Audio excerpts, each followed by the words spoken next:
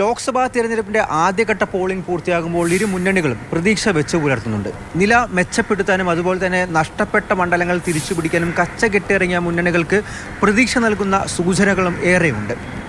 ആദ്യഘട്ട തിരഞ്ഞെടുപ്പിൽ പശ്ചിമബംഗാൾ ഒഴികെ മറ്റ് പ്രധാന സംസ്ഥാനങ്ങളിലെല്ലാം BJPക്കെതിരെ ഇന്ത്യ സഖ്യം പോരാടുന്നു എന്നുള്ളൊരു പ്രത്യേകത കൂടി 2024 ലോക്സഭാ തിരഞ്ഞെടുപ്പുണ്ട്. അതിൽ ഉത്തർപ്രദേശും മധ്യപ്രദേശും മഹാരാഷ്ട്രയും ബീഹാറും തമിഴ്നാടും രാജസ്ഥാനും എല്ലാം ഉണ്ട്.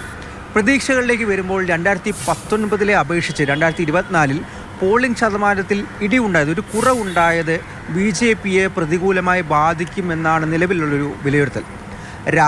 രാജ്പുത്തുകൾ ഇടഞ്ഞു നിൽക്കുന്നത് രാജസ്ഥാനിൽ ഇന്ത്യ സഖ്യത്തിനൊരു മേൽക്കൈ അല്ലെങ്കിൽ അവർക്കൊരു പ്രതീക്ഷ നൽകുന്നുണ്ട്. അവർ മികച്ച പ്രകടനം കാഴ്ചവെക്കുമെന്നുള്ളൊരു സൂചനയാണ് നിലവിലുള്ളത്. കഴിഞ്ഞ വർഷം കഴിഞ്ഞ തവണ ഒന്നും ലഭിക്കാത്തയിടത്തു നിന്നും ഇത്തവണ 7 സീറ്റ് വരെ രാജസ്ഥാനിൽ ലഭിച്ചേക്കാം എന്നുള്ളതാണ് നിലവിലുള്ളൊരു വിലയിരുത്തൽ.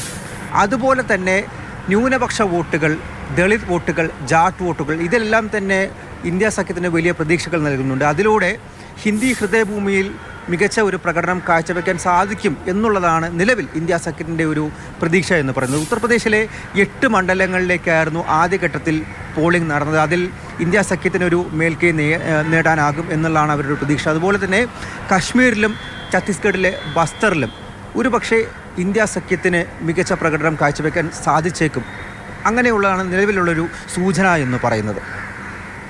അതുപോലെ തന്നെ തമിഴ്നാട്ടിൽ കഴിഞ്ഞ തവണത്തെ അപേക്ഷിച്ച് DMKക്കെതിരെയും അതുപോലെ ഇന്ത്യ സഖ്യത്തിനെതിരെയും മികച്ച രീതിയിൽ പോരാടി അവരുടെ നില മെച്ചപ്പെടുത്താൻ സാധിക്കുമെന്നുള്ളതാണ് നിലവിൽ BJPയുടെയും പ്രതീക്ഷ. പക്ഷേ പുറത്തു വരുന്ന റിപ്പോർട്ടുകൾ, സൂചനകൾ അനുസരിച്ച് ഈ ആദ്യഘട്ടത്തിൽ തിരഞ്ഞെടുപ്പ് നടന്ന 13 സംസ്ഥാനങ്ങളിൽ ഒരു പരിധിവരെ BJP നില മെച്ചപ്പെടുത്തില്ല. മാത്രമല്ല ഒരുപക്ഷെ കയ്യിലുള്ള ചില മണ്ഡലങ്ങൾ നഷ്ടപ്പെട്ടേക്കാം, അതല്ലെങ്കിൽ 1-2 മണ്ഡലങ്ങൾ അവർക്ക് കൂടുതൽ ലഭിക്കാം. പക്ഷേ തമിഴ്നാട്ടിൽ വലിയ രീതിയിൽ ദക്ഷിണേന്ത്യയിൽ അവർ ഒരു പ്രതീക്ഷ വെച്ച് പുലർത്തുന്നുണ്ട്. അതൊക്കെ കൊണ്ട് തന്നെ ജൂൺ 4 രാജ്യം ഒന്നടങ്കം ഉറ്റുനോക്കുന്നു എന്ന് പറയാനായിട്ട് സാധിക്കും.